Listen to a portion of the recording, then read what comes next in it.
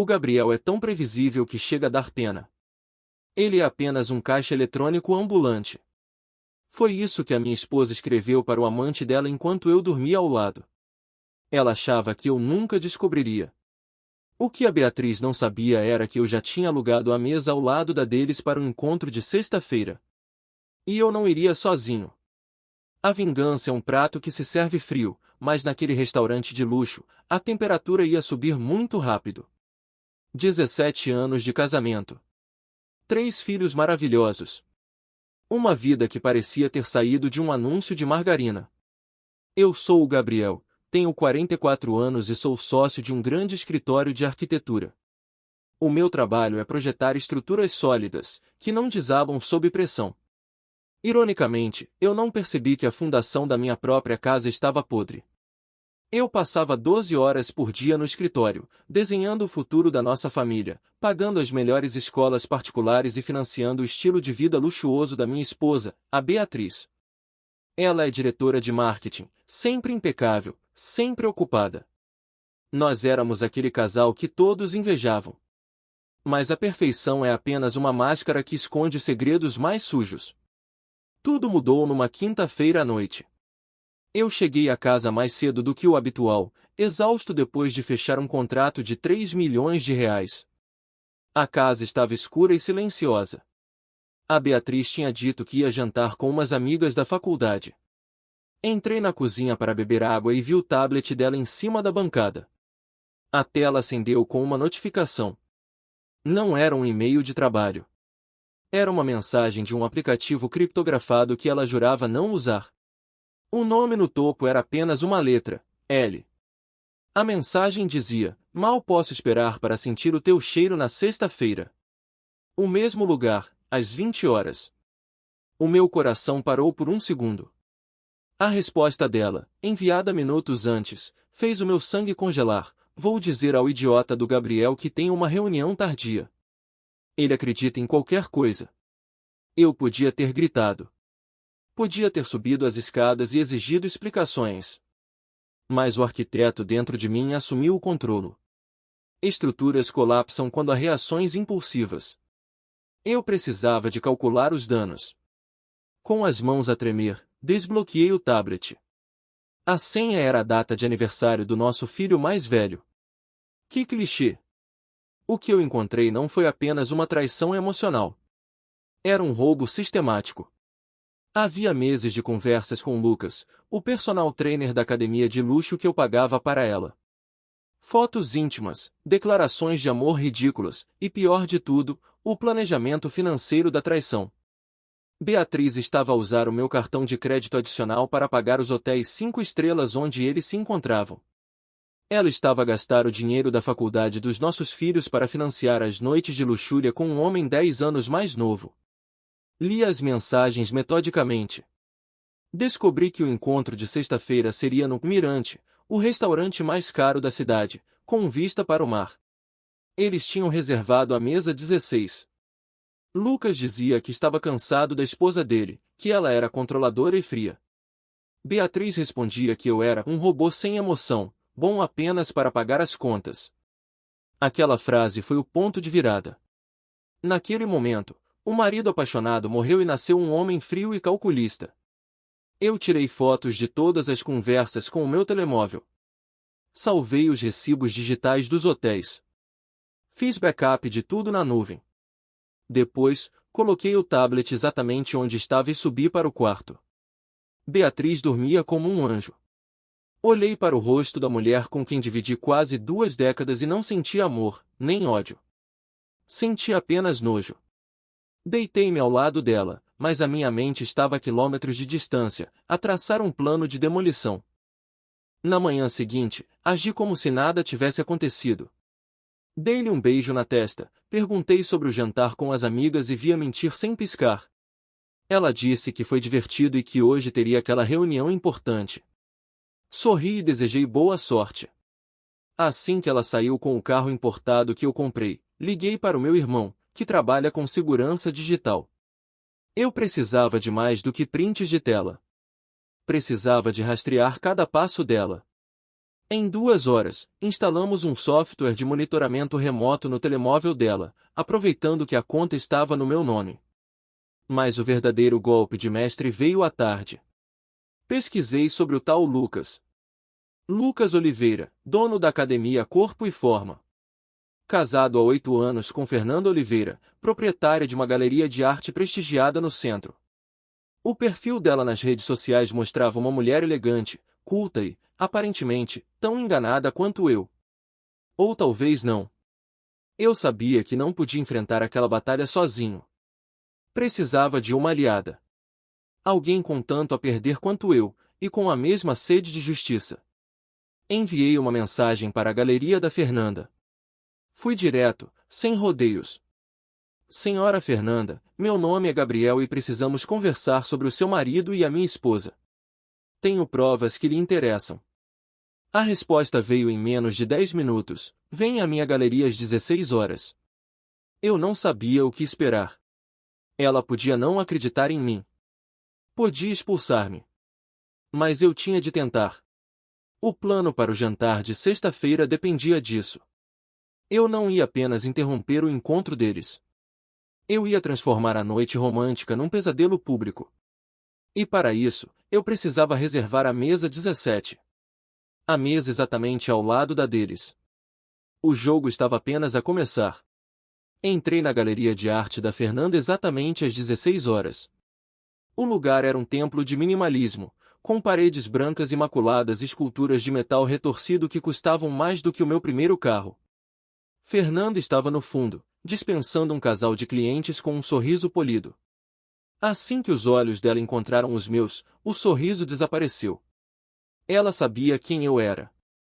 Havia uma tensão no ar, uma compreensão mútua que dispensava apresentações formais. Ela guiou-me até o escritório privado, fechou a porta de vidro fosco e, sem dizer uma única palavra, cruzou os braços à espera. Eu não perdi tempo com cortesias. Coloquei o meu telemóvel na mesa de vidro, com as capturas de tela das conversas abertas.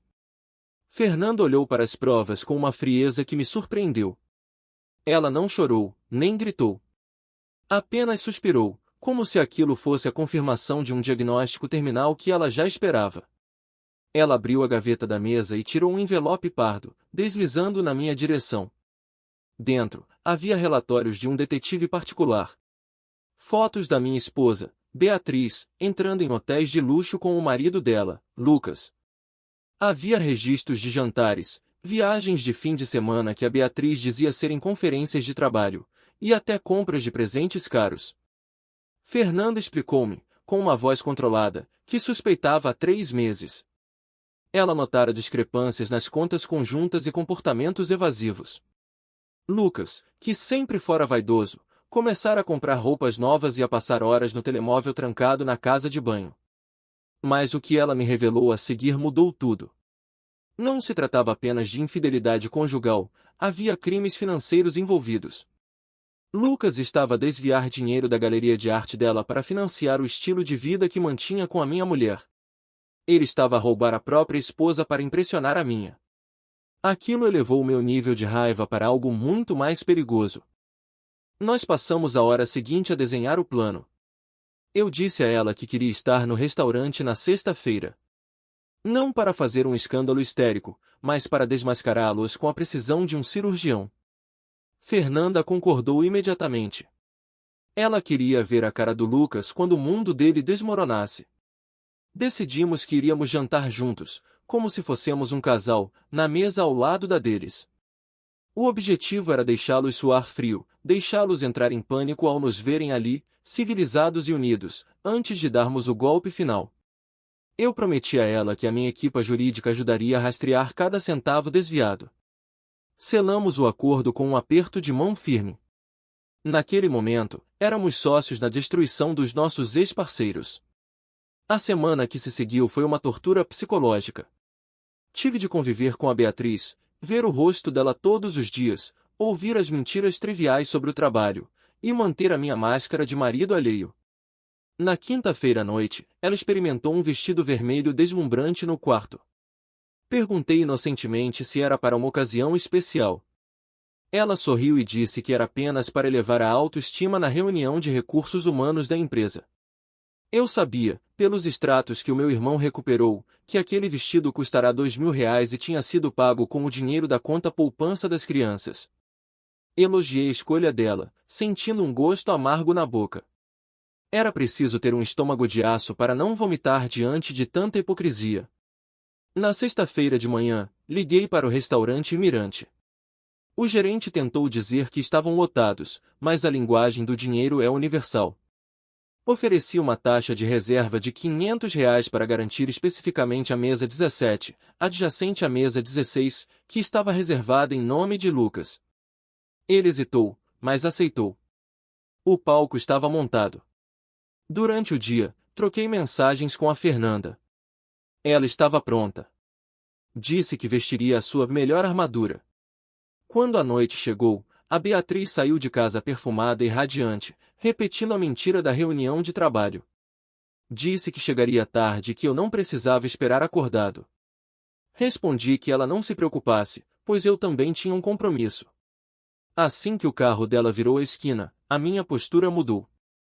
Fui ao meu guarda-roupa e escolhi o meu melhor fato, um corte italiano cinza chumbo, sem gravata, transmitindo uma imagem de poder relaxado. Despedi-me dos meus filhos, dizendo que o pai tinha um jantar de negócios importante. O meu filho mais velho, que já percebia a tensão em casa, olhou-me com desconfiança, mas não disse nada.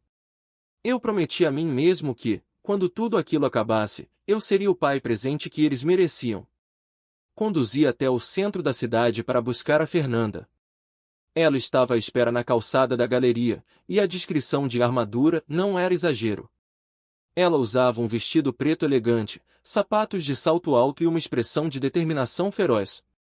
Quando entrou no meu carro, o perfume dela, sofisticado e discreto, preencheu o ambiente.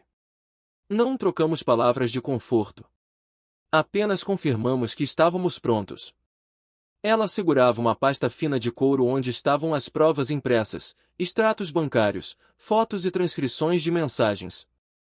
Eu tinha o meu tablet carregado com os vídeos e a geolocalização. Chegamos ao edifício do restaurante às 20h05.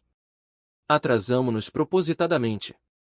Queríamos que eles já estivessem sentados, confortáveis, talvez já no primeiro brinde, celebrando a sua liberdade clandestina. Subimos o elevador panorâmico em silêncio, observando as luzes da cidade ficarem para trás, assim como as nossas antigas vidas. O meu coração batia forte, não de medo, mas de antecipação. A porta do elevador abriu-se no 23º andar. O maitre recebeu-nos e confirmou a mesa 17. Caminhamos pelo salão mal iluminado, guiados pela hostes. E então eu os vi. Estavam na mesa perto da janela, com a vista espetacular da Bahia ao fundo. A Beatriz ria de algo que o Lucas dizia, com a mão pousada carinhosamente sobre o braço dele. Pareciam felizes, cúmplices, um casal perfeito apaixonado. Aquela imagem queimou na minha retina, alimentando a minha resolução. Eles não tinham ideia de que a tempestade tinha acabado de entrar no recinto. A hostes puxou a cadeira da mesa ao lado para Fernanda. Estávamos a menos de 1 metro de distância deles. Respirei fundo e preparei-me para o impacto. O jantar estava servido.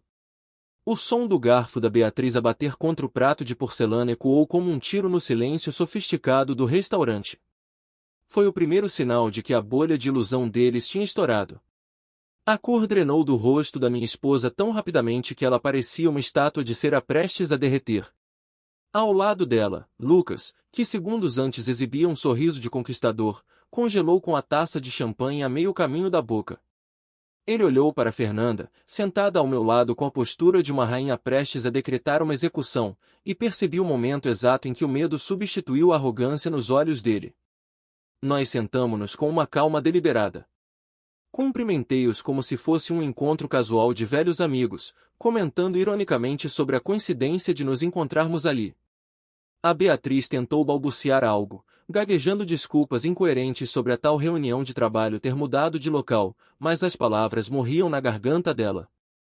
A hipocrisia era tão densa que quase se podia tocar.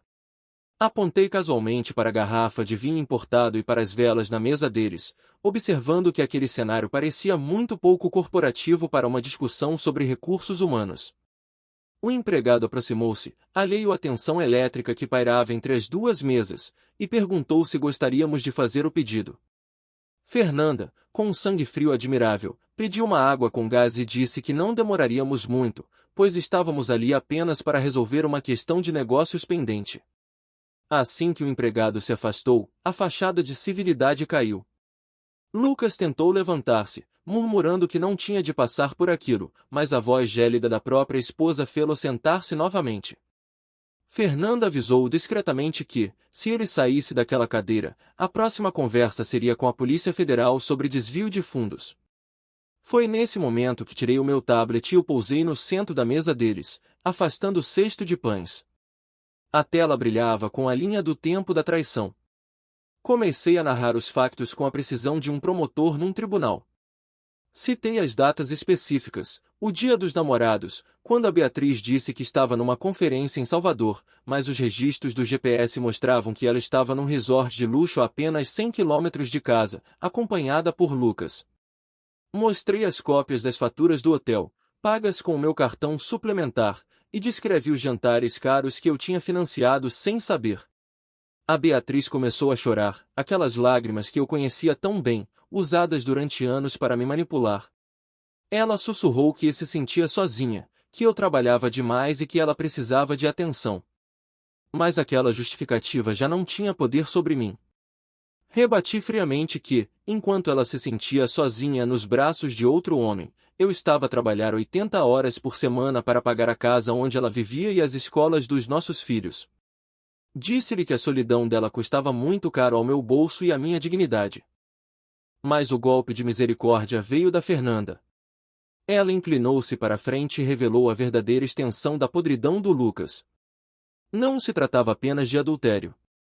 Ela abriu a pasta de couro e espalhou extratos bancários sobre a toalha branca da mesa.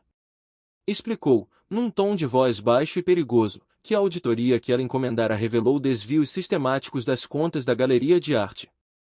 Lucas não era apenas um amante, era um ladrão. Ele tinha roubado mais de 70 mil reais da própria esposa para sustentar a fantasia de homem rico e impressionar a Beatriz. A expressão da minha esposa transformou-se de tristeza para choque absoluto. Ela olhou para o amante, exigindo saber se aquilo era verdade. Lucas tentou negar, tentou dizer que era um investimento temporário, mas os números não mentem. Fernanda informou que os advogados dela já tinham protocolado a denúncia por apropriação indébita e fraude fiscal naquela mesma tarde. O homem que a Beatriz achava ser o seu príncipe encantado era, na verdade, um criminoso falido que vivia às custas das mulheres que traía. O restaurante inteiro já tinha percebido que algo estava errado.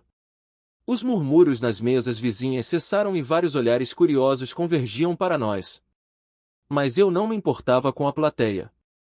O meu foco estava na destruição daquela mentira. A Beatriz tentou tocar na minha mão, implorando para conversarmos em casa, longe dali. Afastei a minha mão como se o toque dela fosse tóxico. Informei-a que não haveria conversa em casa. Disse-lhe que as malas dela já deveriam estar a ser feitas, mentalmente, porque na segunda-feira o meu advogado entraria com o pedido de divórcio litigioso e guarda total das crianças. Lucas, encurralado e humilhado, tentou culpar a Beatriz, dizendo que ela o tinha seduzido. A lealdade entre os traidores durou menos do que o jantar que eles nem chegaram a comer. Assistir aquele espetáculo patético, onde eles se viravam um contra o outro para salvar a própria pele, foi a confirmação final de que eu estava a fazer a coisa certa. Não havia amor ali, apenas egoísmo e conveniência. Levantei-me, ajeitei o meu casaco e deixei uma nota de 100 reais na mesa para cobrir a água que a Fernanda bebeu. Olhei para Beatriz uma última vez e disse-lhe que ela tinha conseguido o que queria, uma noite inesquecível. Fernanda levantou-se comigo, majestosa, deixando o marido destruído para trás. Saímos do restaurante de cabeça erguida, enquanto o mundo deles desmoronava sob o peso da verdade. A viagem de volta para casa foi envolta num silêncio pesado, interrompido apenas pelo som dos pneus no asfalto molhado e pelas vibrações incessantes do meu telemóvel. Depois de deixar a Fernanda na segurança da galeria dela, conduzi sem rumo por alguns minutos, tentando processar a adrenalina que ainda corria nas minhas veias. A sensação de vitória no restaurante foi rapidamente substituída por uma exaustão profunda e pela consciência dolorosa do que me esperava em casa. A minha família, a unidade que eu tinha passado 2 décadas a construir e a proteger, tinha deixado de existir na sua forma original naquela noite. Quando estacionei na garagem, notei que a luz do quarto da minha filha mais velha, a Sofia, ainda estava acesa. Eram quase 11 horas da noite. Ao entrar, encontrei-a sentada no sofá da sala, com o rosto iluminado pela luz fria do telemóvel e os olhos vermelhos de chorar. O meu estômago revirou-se. Eu queria ter contado a verdade com calma, nos meus próprios termos, mas a era digital não perdoa. Alguém no restaurante tinha filmado a nossa confrontação. O vídeo, com a legenda sensacionalista "O Jantar da Vingança", já acumulava mais de 3 milhões de visualizações nas redes sociais. A minha vida privada tinha se tornado entretenimento público. Abracei a minha filha, que tremia enquanto me perguntava se nós iríamos nos divorciar. Não houve espaço para mentiras reconfortantes. Confirmei que sim, que a mãe dela tinha feito escolhas que tornavam impossível continuarmos juntos. Expliquei, sem entrar em detalhes sórdidos, que a confiança tinha sido quebrada de forma irreparável. Ela disse-me que já desconfiava, que a mãe andava distante colada ao telemóvel há meses. Foi devastador ouvir que a minha filha adolescente tinha percebido a desconexão antes de mim. Garanti-lhe que ela e os irmãos ficariam comigo na nossa casa e que nada mudaria no amor que eu sentia por eles. A Beatriz chegou meia hora depois. O estado dela era lamentável, a maquilhagem borrada pelas lágrimas e o vestido vermelho, antes um símbolo de sedução, agora parecia uma fantasia ridícula. Ela tentou entrar no papel de vítima assim que passou pela porta. Chorou, pediu perdão, disse que foi um erro momentâneo. Interrompi o discurso dela com uma frieza que eu não sabia que possuía. Lembrei-lhe que 6 meses de mentiras planejadas, dezenas de encontros em hotéis e o uso do dinheiro da família não eram um erro, eram uma escolha consciente e repetida. Quando ela tentou usar o argumento de que se sentia negligenciada pelo meu trabalho, a minha paciência esgotou-se. Apontei para a casa luxuosa ao nosso redor, mencionei as viagens, as escolas particulares e o carro na garagem, tudo fruto das minhas horas intermináveis no escritório. Disse-lhe que ela não procurava atenção, procurava emoção barata às minhas custas. Informei-a de que dormiria no quarto de hóspedes naquela noite e que ela tinha 30 dias para encontrar um novo lugar para viver. A conversa terminou ali, sem gritos, apenas com o peso esmagador das consequências. A semana seguinte foi um turbilhão jurídico e social que varreu o resto da vida da Beatriz. O vídeo viral não destruiu apenas a reputação dela no nosso círculo social, destruiu a carreira dela. A empresa onde ela trabalhava como diretora de marketing, preocupada com a imagem pública negativa associada ao escândalo, demitiu-a por violação do Código de Conduta Moral. De repente, a mulher que criticava o meu foco no trabalho viu-se sem emprego, sem marido e sem casa, dependendo da generosidade de amigos distantes que rapidamente começaram a afastar-se. Para o Lucas, o destino foi ainda mais cruel, orquestrado pela precisão letal da Fernanda. A denúncia que ela fez à Receita Federal desencadeou uma investigação imediata. Descobriram não apenas os R$ 70 mil desviados da galeria, mas também um esquema de sonegação fiscal na academia dele que durava anos. As contas dele foram congeladas. A academia, que já operava com margens de lucro duvidosas, foi fechada para auditoria. Ele perdeu o negócio, a esposa e a liberdade financeira. Soube que ele estava a viver num pequeno apartamento alugado na periferia, a tentar evitar um processo criminal que certamente o levaria à prisão. No escritório do meu advogado, a Beatriz assinou os papéis do divórcio com as mãos trêmulas. A minha equipa jurídica, munida das provas irrefutáveis de adultério e gastos indevidos dos bens conjugais, conseguiu um acordo extremamente favorável. Eu fiquei com a guarda principal das crianças e com a casa. Ela recebeu uma pequena parte dos bens, que mal daria para cobrir as dívidas que ela mesma tinha criado. Ela olhou para mim uma última vez, perguntando se um dia eu a perdoaria. Respondi que o perdão era possível, mas o esquecimento não. Ela saiu da sala, menor e mais velha do que nunca, carregando o peso das próprias decisões. A queda dos nossos inimigos foi total, mas não houve celebração da minha parte, apenas a sensação de que a limpeza estava finalmente concluída. 9 meses se passaram desde aquela noite fatídica no restaurante, e a poeira radioativa da explosão do meu casamento finalmente assentou. Estou sentado no jardim da nossa casa, observando os meus 3 filhos aproveitarem o sol de um domingo típico. A cena parece trivial, quase banal, mas para mim, ela carrega o peso de uma vitória silenciosa. A grama está cortada, a churrasqueira está acesa e, pela primeira vez em anos, eu não estou a verificar e-mails de trabalho freneticamente. A arquitetura da minha vida mudou, as fundações foram reforçadas, e embora existam cicatrizes na estrutura, a casa continua de pé, mais sólida do que nunca. A adaptação não foi fácil. Nos primeiros meses, o silêncio na casa era ensurdecedor. A ausência da Beatriz era sentida em cada canto, não como uma saudade amorosa, mas como um membro fantasma que ainda dói. No entanto, nós criamos uma nova rotina. Eu reduzi a minha carga horária no escritório. Percebi que nenhuma quantidade de dinheiro ou prestígio profissional valeria a pena se eu perdesse a infância dos meus filhos. Agora, sou eu quem faz o jantar, sou eu quem ajuda com os trabalhos de casa de matemática e sou eu quem ouve os desabafos adolescentes da Sofia. Descobri que ser um caixa eletrônico ambulante, como a minha ex-mulher me descreveu, era uma escolha que eu também tinha feito ao me ausentar. Mudei isso. Agora, sou um pai presente. A Beatriz visita as crianças a cada 15 dias. A transformação dela é visível e dolorosa de testemunhar.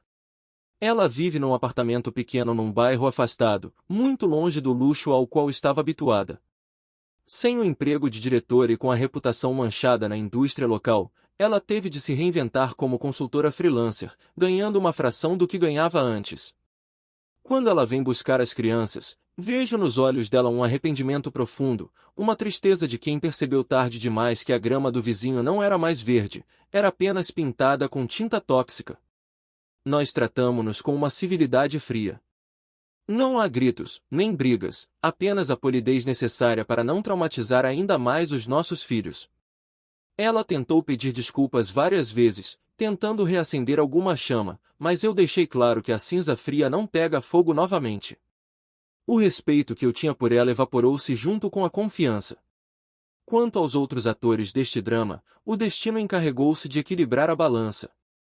Recebi uma mensagem da Fernanda na semana passada. Ela está radiante. Com o dinheiro da restituição que os advogados conseguiram recuperar e a venda dos ativos da academia falida do Lucas, ela abriu uma segunda galeria de arte, ainda maior e mais prestigiada. Ela está a namorar um arquiteto paisagista e parece ter encontrado a paz que merecia. Já o Lucas, o homem que achava que podia ter tudo sem pagar o preço, teve o final que a sua arrogância desenhou. Ele aceitou um acordo judicial para evitar a prisão por fraude fiscal e agora trabalha como instrutor numa rede de academias baratas em outra cidade, vivendo num quarto alugado. A queda dele foi absoluta, provando que a vaidade é o caminho mais rápido para a ruína. Observo meu filho do meio a chutar uma bola contra o muro. Ele teve problemas na escola logo após o divórcio, envolveu-se em brigas, canalizando a raiva que sentia pela mãe. Foi preciso muita terapia e muitas conversas longas madrugada dentro para ele entender que a culpa não era dele. Hoje, ele canaliza essa energia no desporto. A minha filha mais nova, com a resiliência típica das crianças, adaptou-se mais rápido, embora ainda pergunte às vezes por que é que a mãe não pode dormir em casa. A Sofia, a mais velha, tornou-se a minha maior aliada, amadurecendo 10 anos em 10 meses. Ontem, ela perguntou-me se eu pensava em namorar novamente. A pergunta apanhou-me desprevenido. Respondi honestamente que, por enquanto, o meu coração está ocupado a reconstruir a nossa família. Não tenho pressa. Aprendi a apreciar a minha própria companhia e a paz de uma casa sem mentiras. Sinto o telemóvel vibrar no bolso, mas ignoro. Deve ser o meu irmão a convidar-nos para almoçar. Olho para o céu azul e respiro fundo, sentindo o ar limpo encher os meus pulmões. A vingança, dizem, é doce. Mas a justiça, a verdadeira justiça, é serena. Eu não precisei de gritar, não precisei de usar violência física e não precisei de descer ao nível deles. Usei a verdade como a minha única arma e a dignidade como o meu escudo. Eles tentaram destruir a minha vida por capricho e ganância, mas acabaram por me libertar. Libertaram-me de um casamento sem amor, de uma rotina de exploração e de uma vida de cegueira. O meu filho corre na minha direção, suado e a rir, pedindo água.